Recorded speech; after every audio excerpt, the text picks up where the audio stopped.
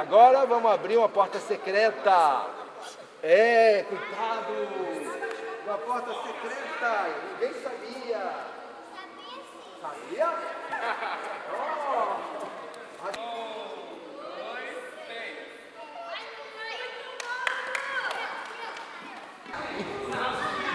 E agora? Cansou? Vamos andar aqui em cima agora.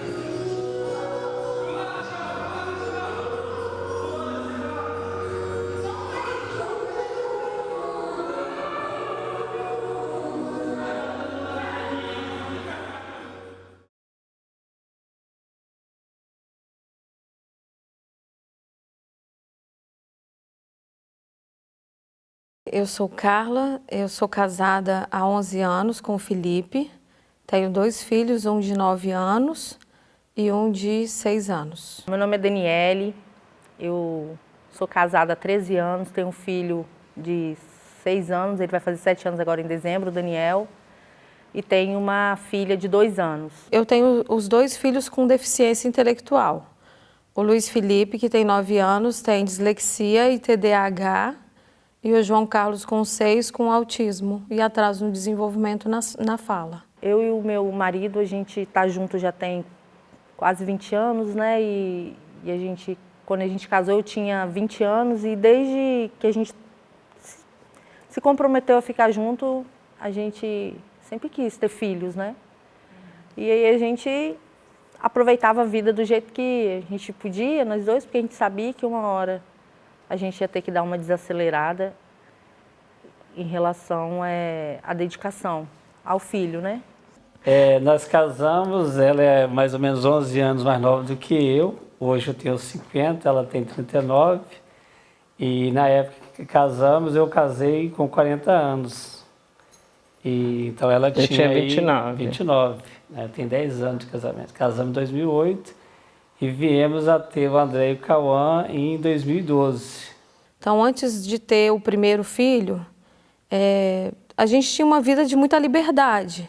A gente saía muito, trabalhava, saía muito, aproveitava uma vida de casal, de estar sempre passeando, sempre planejando e a coisa acontecendo conforme o nosso planejamento. A gente tinha uma vida muito agitada em relação ao trabalho, porque eu era professora 2 horários, né? Trabalhava de manhã na Serra e corria depois para São Pedro, aqui em Vitória. Everaldo também trabalhava durante o dia. Nós ficamos nessa rotina assim, uns 3 anos de casados. O João Carlos nasceu uma criança, assim, quando ele nasceu saudável, com o tempo de gestação normal, o peso normal, foi direto para o quarto, foi tudo muito tranquilo. Minha gestação tranquila, mas eu não tive leite. E aí, com 15 dias que João Carlos estava mamando mamadeira, ele começou a ficar muito doente. E aí a gente começou, então, a ter sérios problemas de saúde de João. O Daniel, ele não é meu filho biológico, ele é adotado. Os 2 são adotados, o Daniel e a Helena. Logo que eu casei, eu engravidei, mas eu perdi. E aí, como eu não queria ficar muito preso nisso, e a gente fazia tratamento, não dava muito certo, aí a gente partiu para dar entrada no processo de adoção e fazer o que precisava ser feito. Com 2 anos que a gente estava habilitado, eles ligaram para a gente. A gravidez, tudo, né, muito planejado, organizado, decidimos ter filhos e tal. E eles, né, foi uma surpresa ter, né, filhos gemelados. A gente planeja, não passa muito na nossa cabeça, vou ter gêmeos. Então, assim, já foi uma surpresa, né, vieram gêmeos, ficamos muito felizes. Foi um dia de muita risada e muita alegria. Eu, desde os primeiros desenvolvimento dele, eu já percebia que ele tinha alguma coisa diferente. Como eu já tinha experiência com outras crianças, eu percebia que ele fazia as coisas, mas fazia um tempo diferente. Para as coisas básicas de bebê, né, com 6 meses, que já está caminhando para sentar, essas coisas ele não fez dentro desse tempo. Passando 1 ano e meio, aí a gente começou a achar que a fala tinha que estar mais desenvolvida. E a gente procurou o pediatra, né, nas consultas que tinha normais, e perguntava. E ele, não, vocês estão muito ansiosos, que tem que aguardar, tem criança que fala com 2 anos, 2 anos e meio. A gente tinha uma rotina de, pelo menos de 15 em 15 dias, a gente estava no hospital com ele, ou no médico, no pediatra, ou no hospital mesmo, porque João Carlos tinha uma pneumonia de repetição e que ficava doente rapidamente, assim. Era febre de 12 horas, a situação já estava muito grave. Então, até os 3 anos de idade de João, a gente observava a vida, assim, o que estava acontecendo, porque o nosso passeio era só ir para o hospital, esse era o nosso passeio. Então, até os 3 anos, a gente lutava pela vida dele. Mas no grupo 3, a professora que eles pegaram, uma professora muito boa, a professora Ângela, e ela era professora de educação especial também à tarde. Então, ela tinha toda uma experiência, né, de escola e ainda tinha essa especialidade de educação especial. Então, ela foi que nos deu uma característica muito importante. Eles não seguem a rotina de sala, eu não esqueço dessa fala dela. Eles não seguem a rotina de sala. E eu, como professora, falei, poxa, crianças que não seguem a rotina de sala são crianças que têm atraso, são crianças especiais. E foi um dia muito angustiante para a gente, porque eu vim para casa fazendo a ligação assim, poxa, se eles têm um atraso de fala, que é algo que a gente já questionava com o pediatra, e na escola eles não acompanham a rotina de sala, então, com certeza, é autismo. A gente via algumas coisas, mas não entendia que era o autismo. Ele se deitava muito no chão para brincar. Isso é uma característica do autismo que eu não entendia que era. Ele não falava, mas ele também não convivia com outras crianças. A gente não podia colocar ele numa creche, não podia levar ele para a escola, não podia levar ele para o parquinho. Era basicamente de casa para o hospital, do hospital para casa. Então, depois que a gente teve uma situação extrema dele ficar internado, e aí então a gente optou que meu marido saísse do emprego para cuidar dele, porque senão a gente ia perder mesmo nosso filho, porque a situação estava cada dia piorando mais. E aí foi que João começou a dar retorno e começou a melhorar um pouco mais. E foi que eu pude perceber algumas coisas do autismo de João. Diante de toda aquela angústia, a família toda se voltou para a gente, né, os irmãos, os avós. Como a gente pode ajudar Everaldo e Sandra, porque, né, graças a Deus, nós somos muito queridos e a nossa família é muito, muito presente.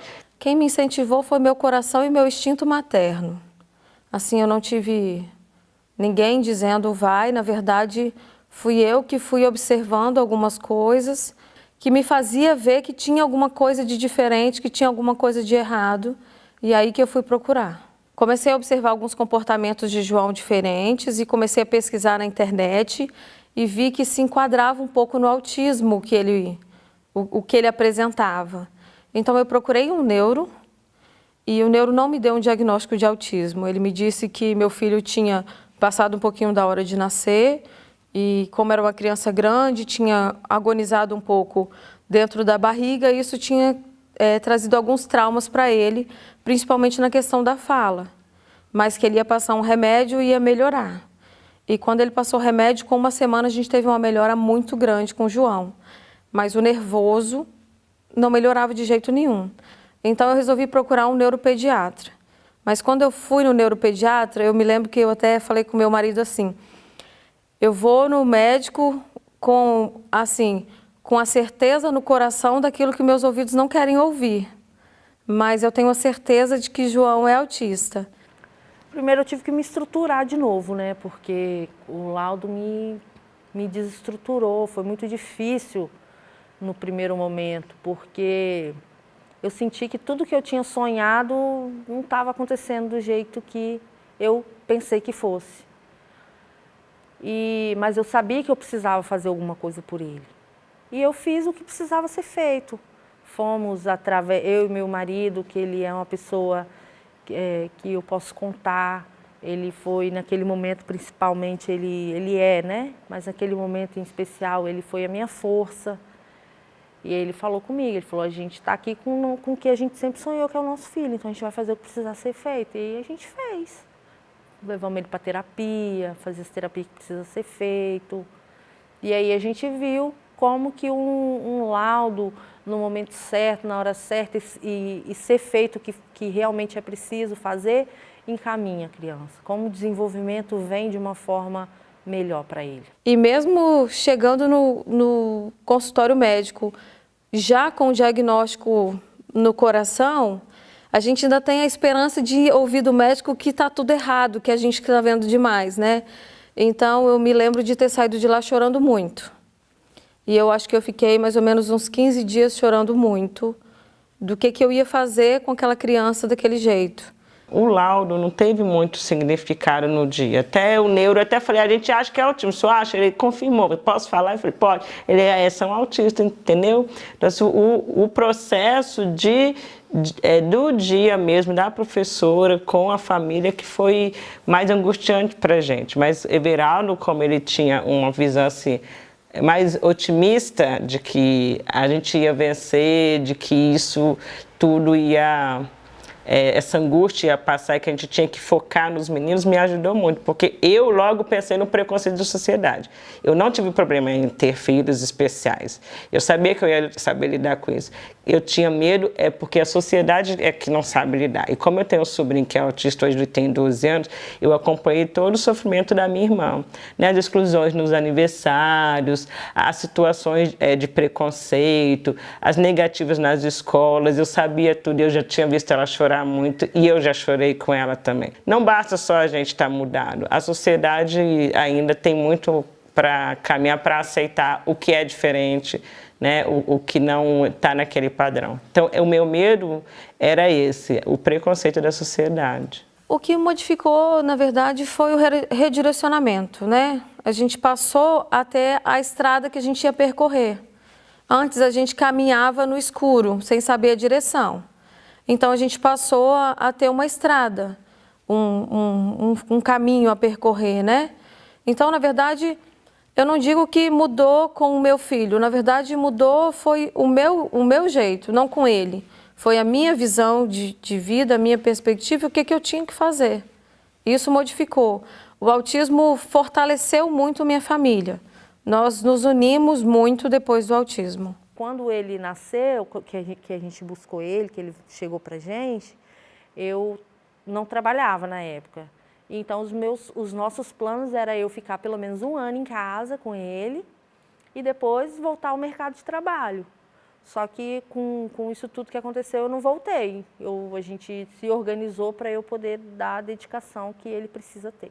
Mudou a nossa rotina porque eu larguei o emprego, eu tinha 2 cadeiras. Quando nasceram já os 2, eu já quis me dedicar um tempo mais à maternidade. Então, já pedi exoneração de um trabalho. Fiquei com 1. E aí, o desejo é tão grande da gente, né, se dedicar ao máximo a eles, que a gente, graças a Deus, tinha um benefício do horário especial. Então, eu pedi um horário especial, o Everaldo também pediu, a gente tem redução de carga horária menor, não temos projetos de arrumar tão cedo outro emprego para que a gente possa, o tempo que a gente tem livre, realmente se dedicar a levar eles nas terapias e a estimular. E o legal é que a gente assim, começou a pensar no que a gente podia fazer também em casa. Aí, tem que fazer a terapia do amor. O amor virou quase como uma obrigação a se pensar, né? E a gente abraçava mais, a gente beijava mais, né? Para que eles pudessem perceber o quanto eles eram amados. Meu conhecimento sobre o autismo antes de ter o diagnóstico de João, eu digo que até 6 meses antes do diagnóstico de João era 0. Na verdade, foi observar que meu filho fazia algumas coisas diferentes, não evoluía como ele deveria evoluir, porque eu já tinha outro que tinha uma evolução dita normal, né? Então eu já tinha o parâmetro para comparar. Então, antes de eu procurar pesquisar para ver em que João se enquadrava, eu não sabia o que era o autismo, nunca tinha ouvido falar. E hoje eu dou palestra sobre o que é isso. O meu conhecimento antes era nada, não tinha nem noção, até porque há 7 anos atrás o autismo não era tão difundido igual é hoje, né? E o conhecimento que eu tenho hoje é a prática do dia a dia com ele, das mães que a gente conhece, das pesquisas que a gente faz, dos médicos que a gente vai, para poder dar uma condição melhor para eles. Eu não conhecia autismo. Sandra que conhecia mais por ser professora de educação infantil e por ter tido, inclusive, Tenho um sobrinho e teve aluno, estudante também dela, autista. Então, de certa forma, eu conhecia, talvez não profundamente, como hoje a gente conhece bastante, porque nos levou a pesquisar não só sobre o autismo em si, as características, mas, na verdade, os tratamentos. A gente mudou praticamente tudo na nossa vida aqui, porque passamos a praticamente não ter mais coisa que tivesse glúten em casa. Passamos a fazer os bolos, pães, tudo caseiro, de forma integral, sem o glúten, sem o leite, sem os açúcares. Então, mudou muito, né, nesse sentido. Eu tenho uma visão muito simplista do que é o autismo. O autismo é um modo de vida que todo mundo queria ter, né? O autista é o único, ele se expressa na verdade do que ele sente, do que ele tem e do que ele quer. E eu vendo o André e Cauã, eu vejo o quanto cada autista é um autista. O André não é igual ao Cauã, o Cauã não é igual ao André. Eles são autistas, mas o André é um sujeito, né? E o Cauã é outro. Eles têm diferentes características. Então, vendo nos meus filhos, né, que são considerados autistas moderados, eu vejo assim, o autismo como algo né, que tem várias formas de se apresentar, e que é importante que você conheça do que é, mas que você, na hora de ver um autista, você olhe para ele e veja quem é ele, né? O que tem dele, o que passa ali por ele dentro do espectro. O autismo, assim, pegando da literatura, né, um distúrbio, um transtorno, né, do desenvolvimento, né, um transtorno, vamos usar o termo lá da literatura, né, um transtorno global do desenvolvimento, né, hoje é caracterizado também como uma síndrome, né, na verdade, um transtorno do espectro autista, é assim que a literatura tem designado, que tem implicação em 3 áreas fundamentais assim, no comportamento desse indivíduo, que é a dificuldade de interação, né, com os colegas ou com pessoas, né, eles acabam tendo preferência no seu funcionamento, digamos assim, pelo acometimento do autismo, né, por objetos muito mais do que por pessoas. As dificuldades na comunicação, né, que aparecem, muitos acabam não sendo capazes de verbalizar, mas se comunicam, né, através das diferentes linguagens, sejam visuais, né, gestuais, e a questão da restrição de interesses, né, que acaba, no meio de outras crianças, como as crianças assim, cheias de interesse por alguma coisa, e no caso delas, às vezes, na maioria das vezes, né, esse interesse fica restrito a um objeto apenas, né, alguma coisa mais específica que lhe chama a atenção. Os alunos com autismo, eles, apesar de ter umas características que trazem muitos desafios, como a dificuldade de linguagem oral, que é a mais percebida, dificuldade de interação com os colegas, com a gente, com os professores um pouco menos, mas com o ambiente em si, com os objetos. Há uma dificuldade de interação muito grande. Também há uma dificuldade de jogo imaginativo. Essas funções que eu falei, imaginárias, de projetar uma vida futura, uma vida que ainda não é possível viver na prática, tudo isso é um pouco mais difícil no indivíduo com autismo. Do diagnóstico, o médico disse que eu precisava começar com a fono, com a TO, uma professora de educação especial. Eu confesso que eu nunca tinha ouvido falar em TO. Terapia ocupacional, não sabia o que era isso. Eu achava que era uma psicóloga que fazia isso, não sabia que existia um curso disso. Buscamos fono, né, as terapias de fono, de psicólogo, pelo SUS, né, a PAI, que era o que tinha, né, no sistema. Chegamos a fazer o CAPSI também, o centro, né, aqui de psicossocial infantil. A gente sabia que o tratamento estava mais ligado à questão da estimulação da terapia e é claro, da dedicação dos pais. A gente sabia que tinha que focar muito. Mas o que eles mais se adaptaram, o que eles realmente pedem para ir, é o LAEFA. É incrível. Muito bem.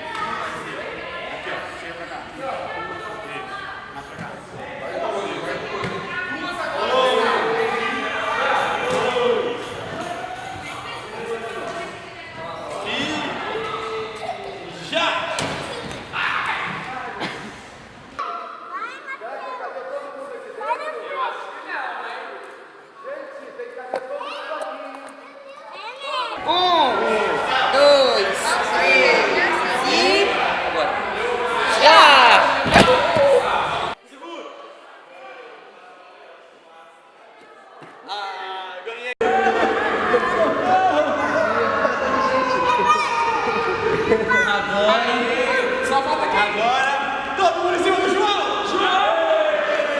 Ixi, agora já era, vai Pedro! Agora... Eu não sei nem se aqui no LAEFA eles encaram isso como uma terapia, essa educação física adaptada. Eu não sei te dizer se tem esse nuance de terapia, mas é o lugar que João se encontrou mais enquanto indivíduo, foi aqui no esporte, né, na educação física adaptada, foi aonde eu vi um progresso dele enquanto indivíduo.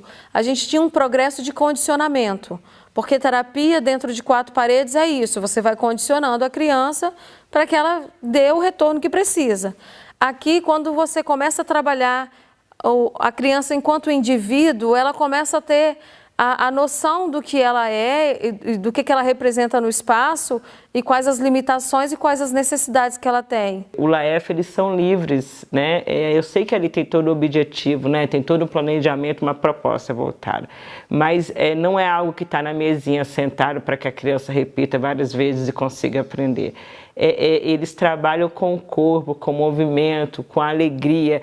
Tá isso nos estudantes, eles estão ali para botar energia, então acho que eu tenho uma paixão enorme pelo LAEFA por isso, porque é algo que eu posso levar a eles, que eles não vão ser, né, não estão ali para ser robotizados, domesticados, eles estão ali para experimentar com o corpo, com o movimento, que é o que eles mais gostam. Se alguém perguntar, qual a habilidade que você não tem? É de correr, de pular, de virar cambalhota. A gente entende que não é definitivo para se alcançar um desenvolvimento, uma aprendizagem ou não. A gente trabalha com a abordagem histórico-cultural, que entende os indivíduos como alguém que aprende a partir do meio, a partir da relação com o outro, com a cultura. E isso possibilita que a gente veja os alunos para além de uma visão médica, clínica, mais biológica. Essas funções, inclusive as estereotipias, que são as repetições de movimentos de alguns alunos, esses aspectos mais biológicos acabam não sendo definitivos para a gente alcançar um certo objetivo ou não. A gente acredita muito no aprendizado a partir da interação. Muitos entram aqui com 3 anos, né, e vão sair daqui com 7 anos de idade, né? Então é um tempo bastante amplo para a gente acompanhar, conhecer, experimentar, né, a educação física com essas crianças, perceber, né, como elas interagem, brincam, como é que como é que esse comportamento, né, que é carregado de situações assim, de incertezas, né, como é que a gente vai lidando com esses comportamentos e construindo possibilidades para o aprendizado e desenvolvimento deles. Eu falo que João Carlos vai ser artista circense, porque lá em casa tem uma rede e João Carlos balança naquela rede, ele vai correndo e pula, ele abre a rede, ele entra na rede já pulando e vai lá em cima e volta, aí ele senta e pula e faz manobras, é igual um artista circense. Então a rede ele gosta muito. Eu tenho o jump também, que a rede e o jump são as válvulas de escape dele. O Daniel, ele é uma criança muito tranquila, ele aceita bem as coisas, assim, as coisas e as pessoas. Ele, cada dia mais, ele está aceitando, né, o contato da irmã. Ela também tem um jeito, assim, ela, pelo que eu vejo, ela já percebeu que ele tem uma limitação e ela, do jeitinho dela, ela estimula ele também. Ele, depois, com a chegada dela, ele desenvolveu bastante. Nós temos ali uma rotina com todas as figuras das coisas que eles fazem na semana, porque foi uma forma que a Fono nos ensinou a usar o PECs, né, que é uma comunicação alternativa, por imagens, para que eles pudessem saber para onde estavam indo para evitar a frustração. Que às vezes a gente descia com o carro para um lado e o carro começava a chorar e a gente sabia que ele não queria ir para aquele lugar. Ele estava na cabeça uma outra coisa. E aí toda vez que a gente sai, a gente mostra. E durante a semana, o que eles pedem, às vezes a gente bota algo, eles guardam o que a gente deu e eles puxam o Laefa. Eles gostam de caminhar, eles gostam de ir para a rua, né, de andar. E a gente tenta brincar muito. Quando não sai, às vezes, assim, eles, sábado ou domingo, eles ou pegam ali as figurinhas para ir a determinado local, pode ser lá lá na UFS ou outro local, mas às vezes eles querem sair. Então eles nos pegam pela mão, levam até a cozinha onde a chave fica pendurada e pega a mão e mostra a chave do carro para a gente sair. Eles gostam de andar de carro. Acho que um dos problemas do autismo é a amizade, né? Eu acho que esse é o principal problema, na verdade, de quem tem autismo, é ter amigos. Porque por conta da questão da interação social, que eles têm uma dificuldade, e por conta do preconceito mesmo, que as pessoas têm de deixar seus filhos perto das crianças que têm autismo, com medo da criança bater ou de alguma coisa acontecer. Então, o Daniel, ele convive bem com as pessoas, assim. São poucas pessoas que ele não convive bem. Depende muito do jeito que a pessoa chega para ele, né? Mas, assim, no geral, ele tem um convívio bom com as pessoas. O Daniel é uma criança bem carinhosa. Eu sou meio suspeita para falar, mas ele cativa muito as pessoas. Qualquer pessoa que chega aqui, vocês, foi a primeira vez que chegou aqui. Se eles estivessem aqui, é muito provável que já teriam pegado na mão de vocês. O André pegaria vocês para ir para a cozinha para pegar uma fruta, por exemplo. Adora a fruta. E às vezes a gente não quer dar a fruta, porque já comeu outra coisa, não quer que ele come agora. Então já pega vocês para abrir o portão para eles saírem. Eu acho que ter uma criança com deficiência, e aí eu não vou dizer só o autismo, porque é uma barreira que eu encontro com o outro também. A gente tem dificuldade de encontrar profissionais preparados. A gente tem dificuldade na escola, porque os professores não são preparados para trabalhar com nossos filhos. A gente encontra dificuldade no convívio social com as pessoas, os ambientes não são preparados, as pessoas não entendem, acham que a criança que é autista está tendo uma birra, uma pirraça, quando na verdade ele está tendo uma crise por hiperestimulação. Então hoje eu falo que a gente ter uma criança com deficiência é você enfrentar barreiras todos os dias. Eu não tenho problema em dizer que meu filho é autista, eu não tenho problema em ir atrás dos direitos do meu filho. Então hoje eu estaciono na vaga que ele tem direito, hoje eu vou para a fila de pessoas com deficiência porque ele tem direito. Eu hoje faço tudo o que ele tem direito e assumidamente falo, meu filho é autista e por isso ele tem direito das coisas. Se a sociedade não me dá de um lado, ela também não pode me tirar o que ele tem, o pouquinho que ele tem. Agora, sobre preconceito, o que a gente sentiu de verdade, que a gente teve que brigar mesmo, foi o plano de saúde. A mudança do plano de saúde, quando estava tudo bem, o corretor veio, ia fazer o plano, mas quando a gente falou que eles eram autistas, a gente teve muita dificuldade. Então a gente teve que acionar a ANS para conseguir garantir o direito de fazer um plano de saúde. Foi até curioso o jeito que eu descobri o laboratório. Eu sempre fui muito enxerida de pesquisar e de querer saber sobre o autismo. Então eu descobri que tinha o GES aqui na UFES, que é o Grupo de Estudos sobre o Autismo, na educação. E no ano de 2016 eles ofereceram uma vez por mês aulas. E uma dessas aulas foi o Chicom, falar sobre a brincadeira, sobre o brincar. E quando ele falou do que eles faziam aqui, eu falei, é esse projeto que meu filho precisa. Eu me lembro que foi numa terça-feira a aula, ele disse que funcionava às quintas-feiras. E eu até fiquei ansiosa e foi na quinta-feira eu vim aqui, sem conhecer nada, sem conhecer ninguém. Eu falei, eu preciso de uma vaga dessa para o meu filho. Aí vim aqui, conversei com ele, disse que eu estava naquela aula que ele deu e que eu precisava muito de uma vaga dessa para o meu filho. Fiz o cadastro de espera.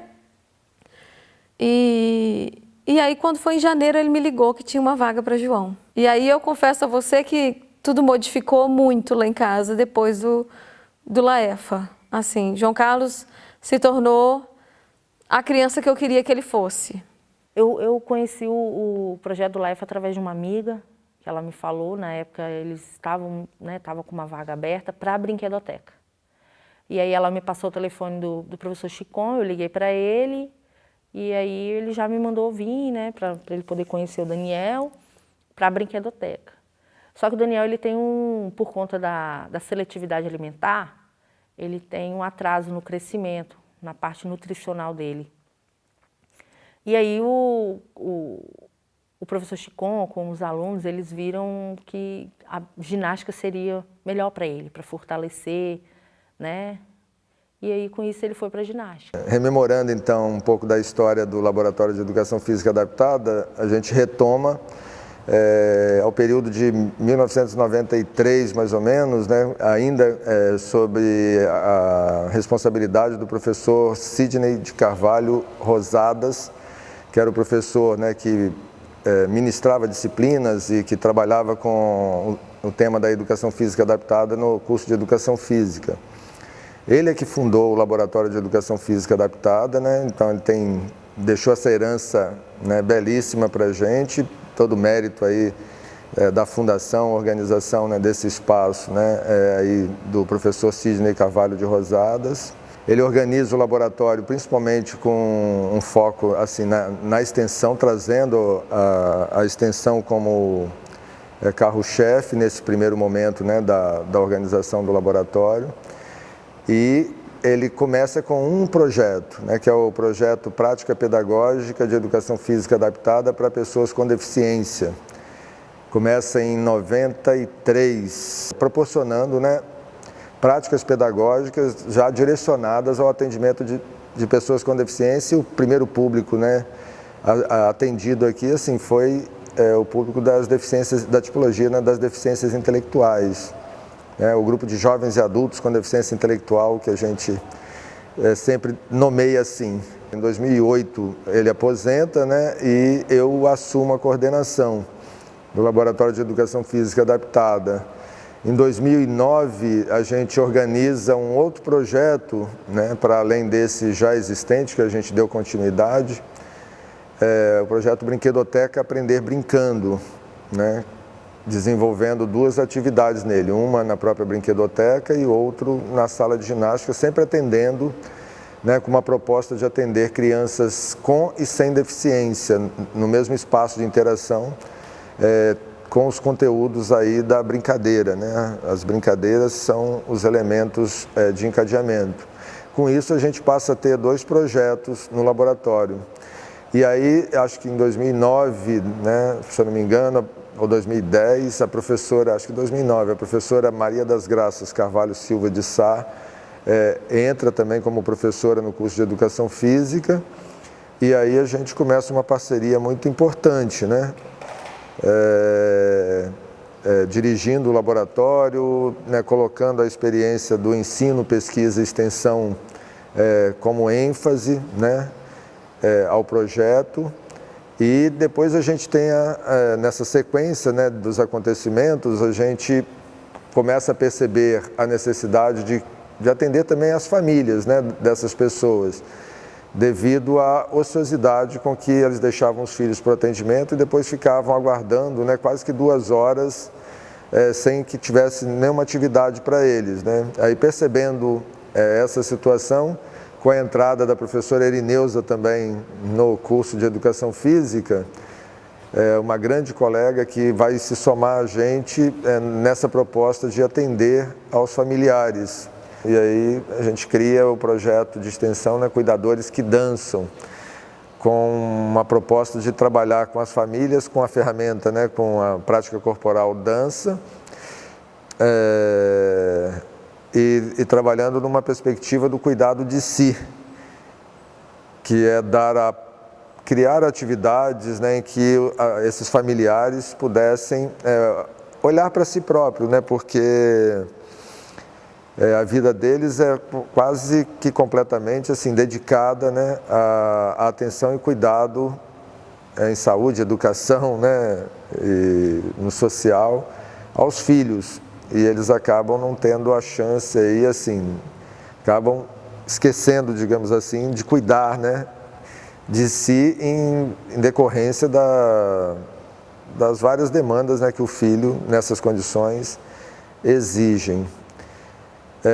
Com isso, assim, de lá para cá, eu diria de 2011, 2012 para cá, a gente tem 3 projetos de extensão aí importantes, né, encampando aí grupos de crianças de 3 a 6 anos, grupos, né, de adolescentes, jovens e adultos com deficiência intelectual e autismo, baixa visão, e no Cuidadores que Dançam, além dos familiares, também, né, a gente acabou incluindo a possibilidade de participação de pessoas da terceira idade.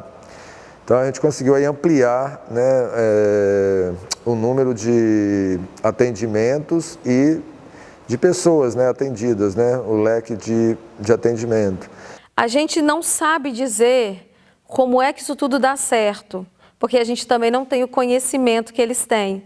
Mas a gente percebe que no brincar as coisas dão certo, que os meninos conseguem aprender o que precisam aprender de uma forma muito menos invasiva do que numa terapia ocupacional, numa fono. Então é um brincar pedagógico mesmo que acontece aqui. O que eu costumo dizer a Chiconf é que o aprendizado para a gente é muito grande também, porque no laboratório de educação física, meu filho tem que ficar exposto a tudo e a todos. E eu não posso atrapalhar. Eu não posso dizer, olha, vai por esse caminho, que assim que ele consegue, aqui é cada um explorando o outro sem saber nada. Eles da equipe vão com a boa vontade, com toda a técnica, mas em toda a terapia a gente fica fazendo anamnese muito tempo. Aqui no laboratório eu fui fazer anamnese, eu acho que 1 ano depois que João já estava aqui.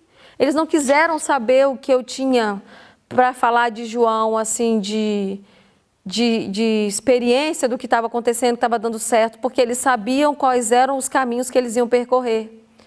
E o Daniel melhorou muito, tanto a parte motor, né, quanto alguns comandos que foram apresentados para ele aqui, auxiliou em outros comandos, assim, de receber comando e executar comando.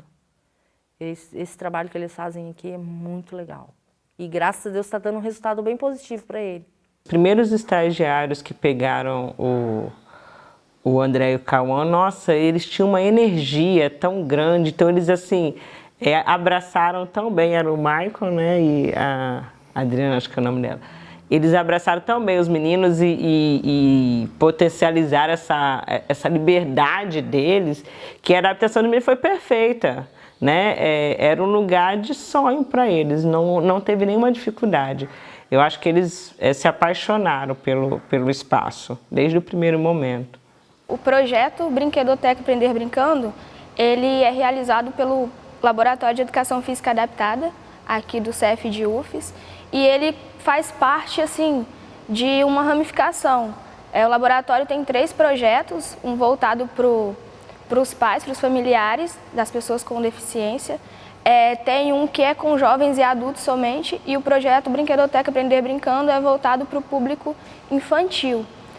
Os objetivos principais do projeto é promover atividades de extensão que favoreçam a inclusão desses indivíduos, não só nas aulas de educação física, mas que isso possa refletir lá fora também, na sociedade, nos ambientes que eles frequentam. Além das atividades em si, o projeto também atende aos acadêmicos aqui do curso. A gente recebe estagiários, voluntários e pessoas de outras disciplinas que atuam como professores aqui dentro do laboratório, dentro do projeto, não só do curso de Educação Física, mas também de outros cursos aqui da UFES, como, por exemplo, da Pedagogia, da Psicologia. Então, o projeto vem contribuir com essa ação de incluir essas pessoas com atividades inclusivas e também com a formação de professores, que amanhã ou depois, assim como você está formando, possam ter um trabalho diferenciado lá fora, que possam olhar para esse público de uma maneira diferente. Lá na sala da ginástica, ele se encontrou. Como eu falo que ele vai ser artista circense, aquela cama elástica lá, ele pulava com muita naturalidade. Então, assim, eu percebia que João acumulava a semana toda e aquilo era a válvula de escape dele. Ele saía daqui na segunda-feira renovado, sabe? Ali ele tinha perdido tudo aquilo de nervoso e de frustração que juntou a semana toda. Eu acho que a adaptação ele não teve problema, ele chegou e foi brincar. Não com as crianças da Criarte. Ele foi brincar sozinho, mas aos poucos eles conseguiram trazê-lo. E tanto que hoje ele espera e quando chega as crianças, ele já fala que são as crianças. Em casa eles colocam todos os bichinhos dele e fala, agora as crianças chegaram. A gente percebe que ele internalizou muito bem isso daqui. É muito bonito quando a gente vê que as pessoas fazem questão que o filho da gente está naquele ambiente. É muito bonito isso. As pessoas ficarem felizes quando vê ele chegando. As crianças já chamando ele pelo nome dele, já pegando na mãozinha dele para ir para fazer as atividades. Isso é muito bonito, muito bom para a gente ver acontecendo. Eu sinto assim um envolvimento muito grande dos professores, né, com a gente, com a família, com as crianças, né, experimentando ali a brincadeira junto, propondo os desafios das crianças, vários estímulos. E eu acho que as crianças criam elo. Eu falo que essas pessoas aqui do projeto Life são diferentes. Diferente das pessoas que a gente está acostumado, infelizmente, a ver por aí. Eu não sei te dizer dentro da sala como porque eu não fico dentro da sala mais, para saber como é a interação dele com as crianças lá dentro. Se eu no início tinha que chegar e ficar junto com ele lá, hoje ele anda aqui na UFES, parece que ele é aluno da UFES, porque ele sai do carro, ele já vai andando sozinho, ele já procura o lugar dele, quando a aula é aberta, ele vai para o lugar onde é aberto. Tem a questão de mudar a rotina, ele acha ruim, né? Quando modifica a rotina, para ele ainda é uma coisa complicada, mas quando a gente consegue vencer esse obstáculo, ele vai tranquilamente. Mas eu percebo que ele faz festa quando as crianças da Criarte chegam, ele abraça os coleguinhas que são autistas também, quando chegam ele abraça.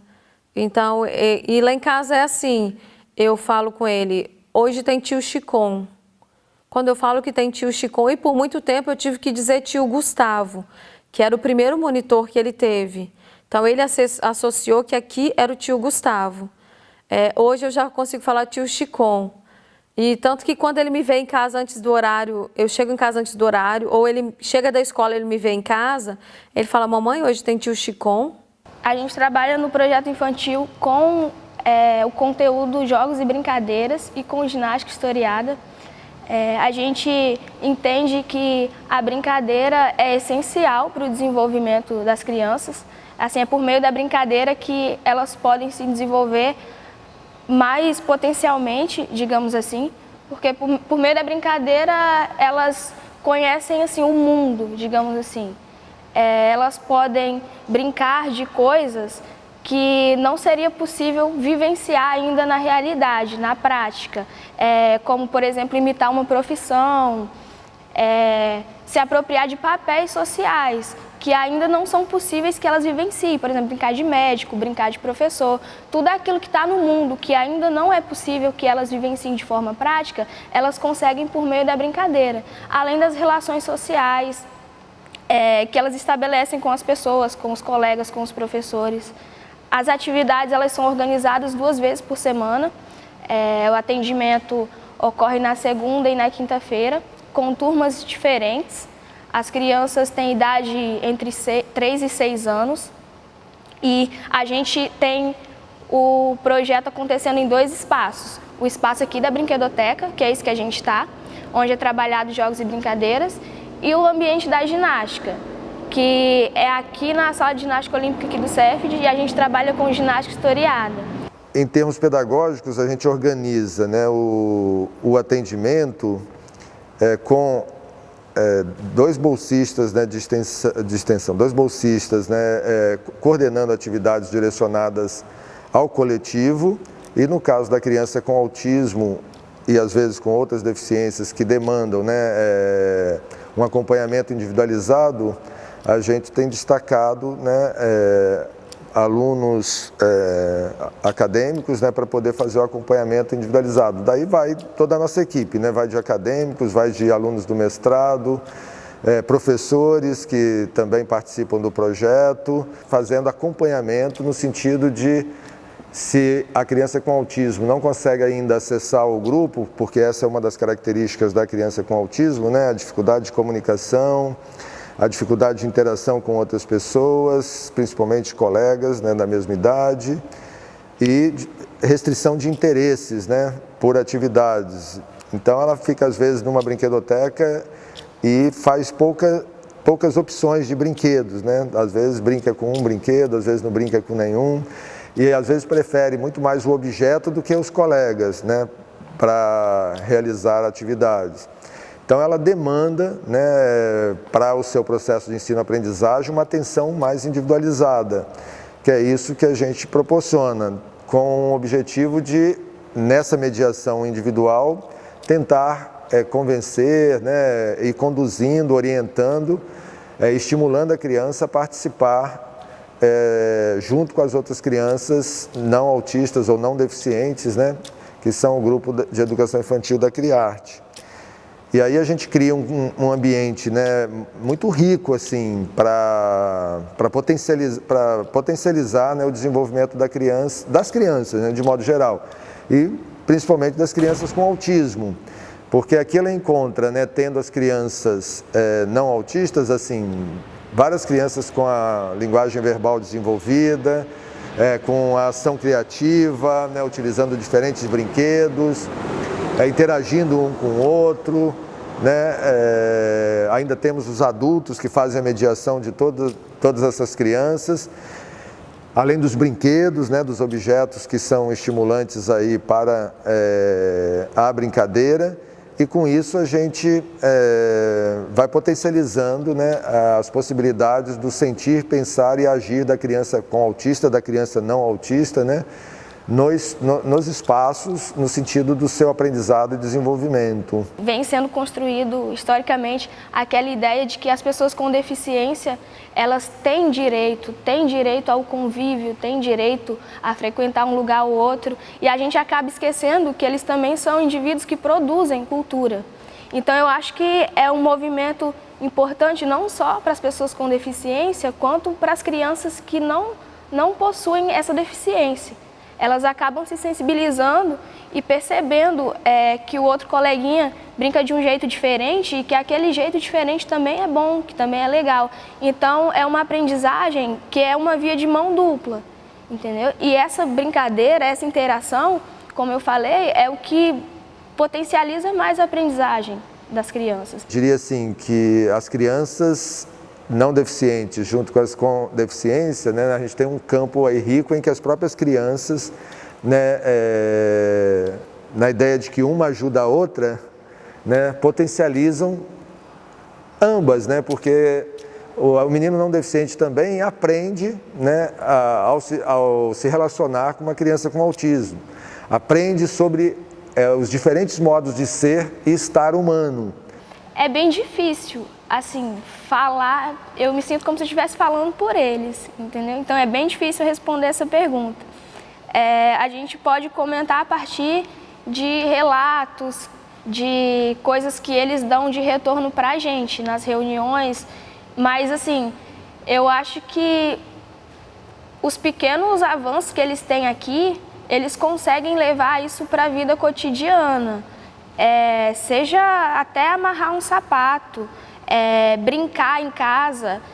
A gente tem casos de alunos que não brincavam antes de participar do projeto, e em casa já consegue brincar de alguma coisa, interagir com o irmão, essas coisas simples assim, chegar em um ambiente cheio de gente e conseguir ficar. Então essas coisas assim que parecem pequenas, mas que no dia a dia para eles faz uma diferença enorme. Criar uma estrutura, né, que possibilita que essas crianças sejam atendidas, né, em suas características, respeitando, né, suas características e peculiaridades, organizando e ajudando elas para o autodomínio em relação às suas possibilidades de sentir, pensar e agir no mundo, por meio das atividades e mediações que a gente faz.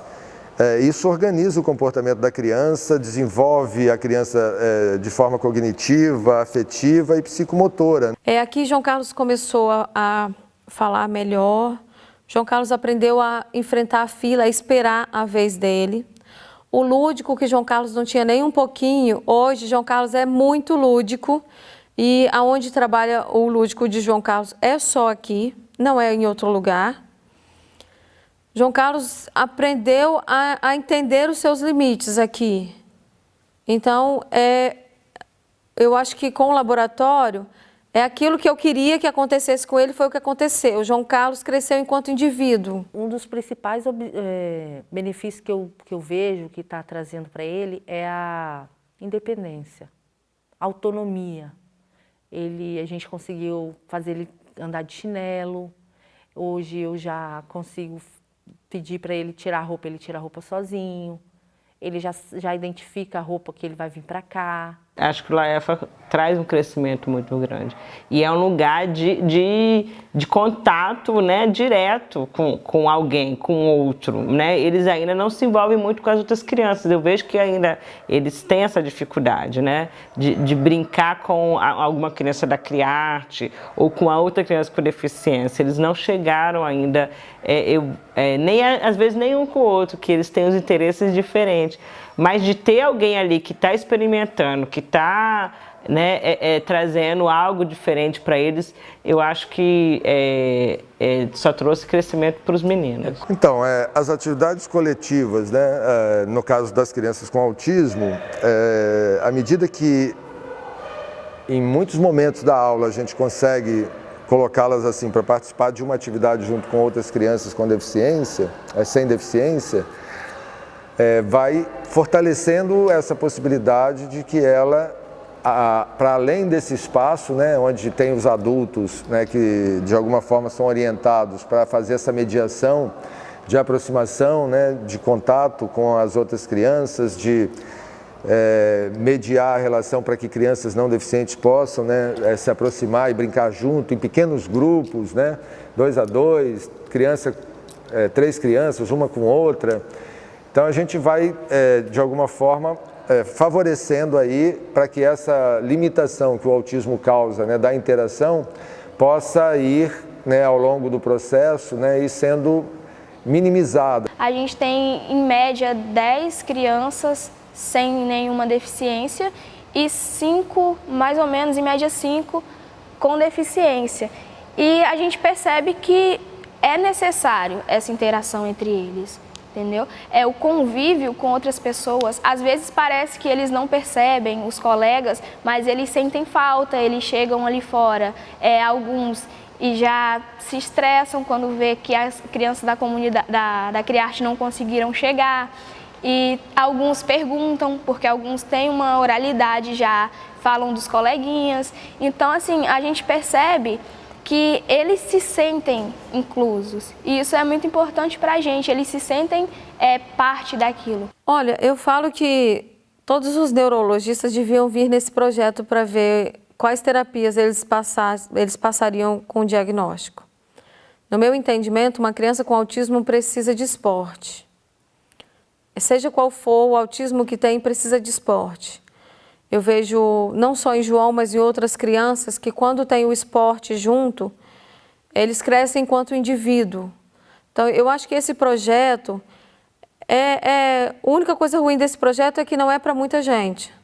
É um projeto que deveria ser para mais pessoas, porque a evolução que ele traz em todos ao redor, não só na criança, mas em todos ao seu redor, assim, é uma evolução muito grande.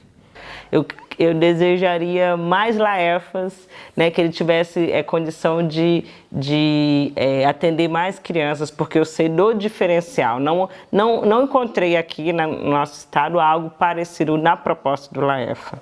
Então, assim, eu sou muito apaixonada por essa, né, está relacionada à educação física, ao movimento, né, a diferentes espaços, né, diferentes contextos para trabalhar com a criança.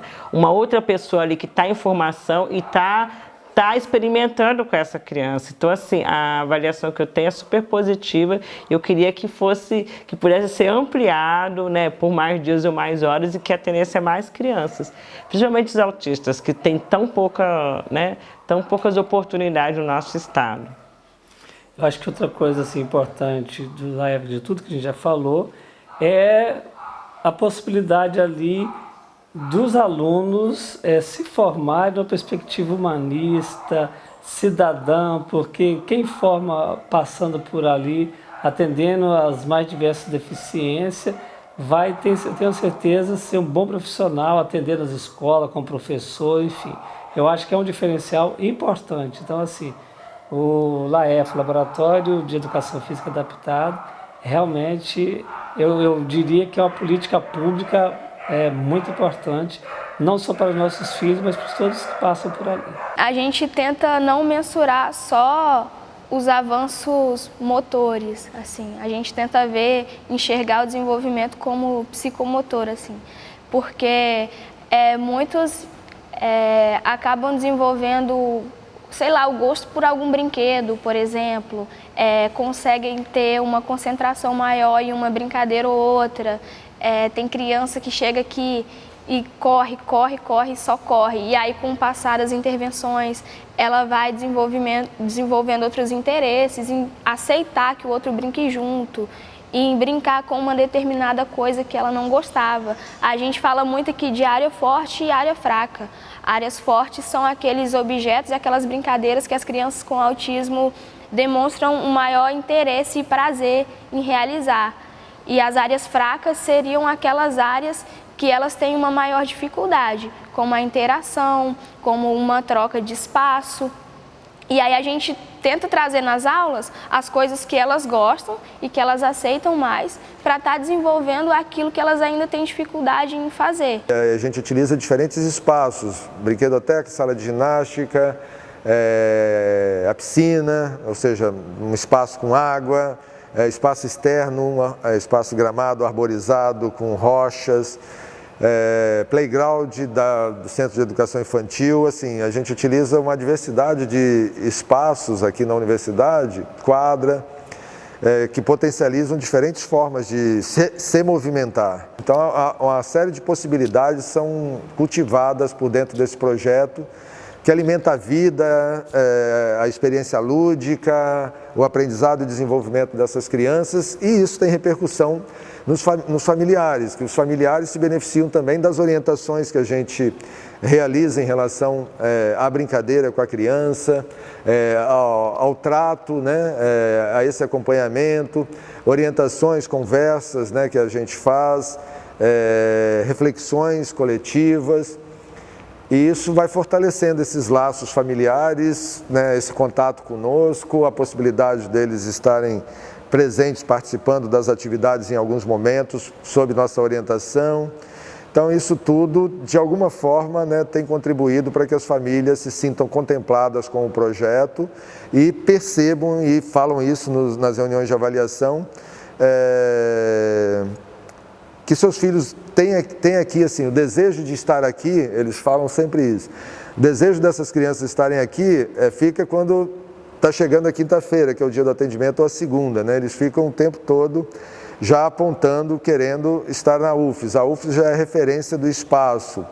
Então, as próprias crianças desejam estar aqui. Eu acho que esse é uma das principais avaliações que a gente tem que fazer, né? Esse desejo da criança autista ou das crianças não deficientes de quererem estar nesse espaço, de desejarem estar aqui, é um sinal para a gente, né, muito positivo de que o que a gente está fazendo, assim, de alguma forma, contempla esse interesse, o aspecto afetivo, o desejo, né, dele participar, dele estar aqui conosco. Pterodate faz o que? Ele voa?